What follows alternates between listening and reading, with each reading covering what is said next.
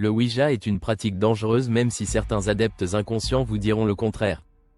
La planche Ouija, elle, est utilisée pour soi-disant communiquer avec les esprits de l'au-delà ou un être cher disparu. Pour beaucoup, la planche de Ouija ressuscite le souvenir de rencontres fantomatiques et d'avertissements sinistres.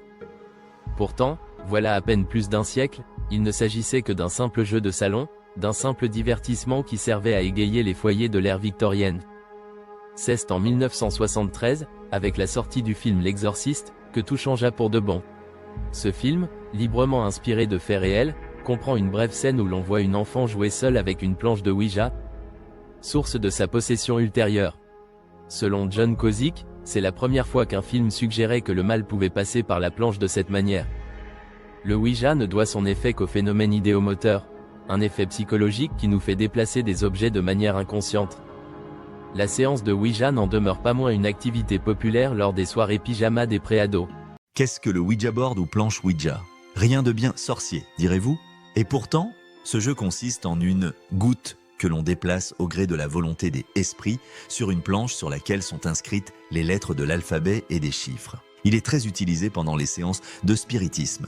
Depuis sa commercialisation en 1890, les médias du monde entier rapportent des faits divers aussi bien individuels que collectifs en lien direct avec cette pratique. Meurtres, suicides, hystérie collective.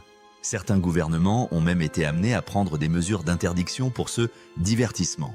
Selon le père José María Muñoz Urbano, exorciste, 60% des cas de possession ou d'infestation démoniaque qu'il rencontre sont dus à des exercices sur la planche Ouija. Ce jeu est en réalité un rite conçu pour entrer en contact avec des entités de l'au-delà et peut avoir des conséquences tant sur le plan psychologique que physique. Ces planches, utilisées lors de séances de spiritisme, ont un grand succès. Voici comment elles fonctionnent. Vous avez probablement une connaissance qui vous a déjà juré sur tout ce qu'elle a de plus cher que les esprits existent. Expérience personnelle à l'appui. Une expérience qui se base peut-être sur l'une des méthodes les plus populaires pour communiquer avec les morts, le Ouija. Le Ouija est une petite planche sur laquelle est inscrit l'alphabet, les chiffres de 0 à 9 et les mots oui, non et au revoir. Les participants se placent autour et posent leurs mains sur une morceau de bois appelé goutte. L'esprit invoqué épelle alors ses réponses en dirigeant la goutte sur les lettres du Ouija. Mis en vente dans les magasins de jouets des années 1890, il s'inspire, selon Robert Murch, historien spécialisé dans le spiritisme, des talking boards, des planches très populaires pendant la guerre de sécession auprès des familles qui voulaient contacter les soldats décédés. Ni fenêtre sur les enfers, ni portail occulte vers le monde des morts, les mouvements de la goutte seraient en fait dus à un phénomène psychologique appelé effet idéomoteur. Pour faire simple, l'effet idéomoteur est un mouvement musculaire inconscient et involontaire. Vous bougez alors que vous ne l'avez pas voulu. Par exemple, lorsqu'on est sur le point de s'endormir et que l'impression soudaine de tomber nous réveille en sursaut. Ces mouvements involontaires peuvent aussi arriver éveillés, mais sont alors beaucoup moins brusques. Lors d'une séance de Ouija, le cerveau crée inconsciemment des images en réponse aux questions posées à l'esprit. Il transfère ensuite les mouvements au corps, mais sans que l'on soit conscient de cette influence.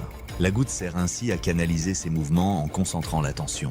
Une manière simple de vérifier ce phénomène est d'effectuer une séance avec les yeux bandés. Comme les participants ne sont plus capables de visualiser les lettres, les fantômes deviennent immédiatement analphabètes.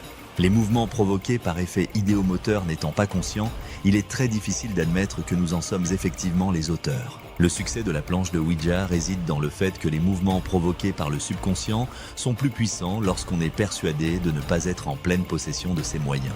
Quand on pense être dirigé par un esprit par exemple. Les Ouija sont donc des outils de communication efficaces pour communiquer avec soi-même.